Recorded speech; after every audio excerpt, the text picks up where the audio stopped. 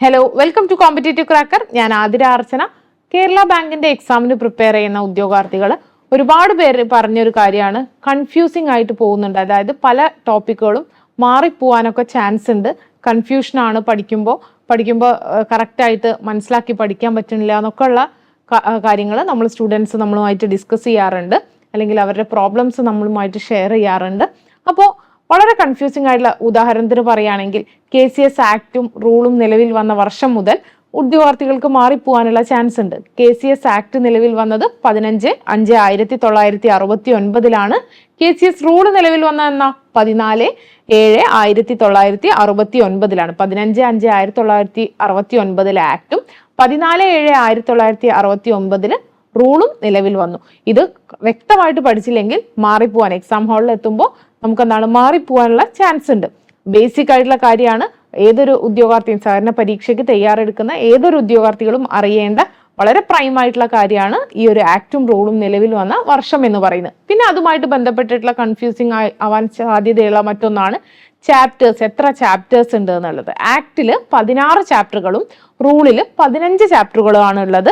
ആക്ടില്, KCS ആക്ടില് 16 ചാപ്റ്ററുകളും KCS റൂളില് 15 ചാപ്റ്ററുകളുമാണ് ഉള്ളത്. പിന്നെ അതുപോലെ തന്നെ ഷെഡ്യൂളുകളും അപ്പൻഡിക്സുമായിട്ട് ബന്ധപ്പെട്ടിട്ടുള്ള ചോദ്യങ്ങളും ഒക്കെ മാറിപ്പോവാൻ ചാൻസ് ഉണ്ട്. എപ്പോഴും പരീക്ഷയ്ക്ക് വരുന്ന ഒന്നാണ്. 3 ഷെഡ്യൂളുകളാണ് ഉള്ളത്. ആ 3 ഷെഡ്യൂളിൽ ഏതൊക്കെയാ വരുന്നത്? ഷെഡ്യൂൾ 1 പറയുന്ന എന്താ? ഷെഡ്യൂൾ 1 എന്ന് പറഞ്ഞിട്ടുണ്ടെങ്കിൽ സെക്ഷൻ 83A ആണ് ഷെഡ്യൂൾ 1.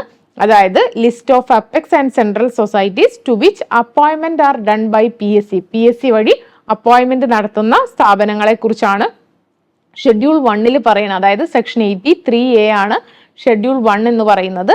ഷെഡ്യൂൾ 2 പറയുന്നത് സെക്ഷൻ 2ECCC, അതായത് സെക്ഷൻ 2ECCC പറയുന്നത് കോപ്പറേറ്റീവ് പ്രിൻസിപ്പൾസിനെ കുറിച്ചാണ്.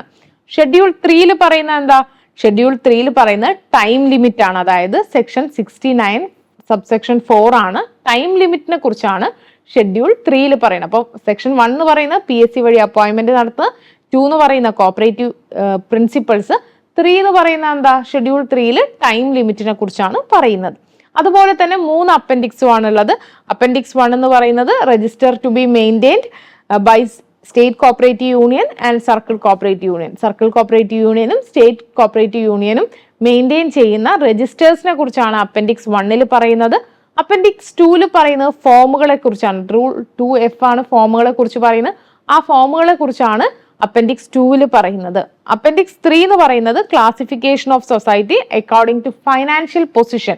അപ്പൻഡിക്സ് 3 പറയുന്നത് ഫൈനാൻഷ്യൽ പൊസിഷൻ അനുസരിച്ച് സൊസൈറ്റികളെ ക്ലാസിഫൈ ചെയ്യുന്നതിനെ കുറിച്ചാണ് അപ്പൻഡിക്സ് 3 പറയുന്നത്. അപ്പം ഇതൊക്കെ മാറിപ്പോവാനുള്ള ചാൻസ് ഉണ്ട്.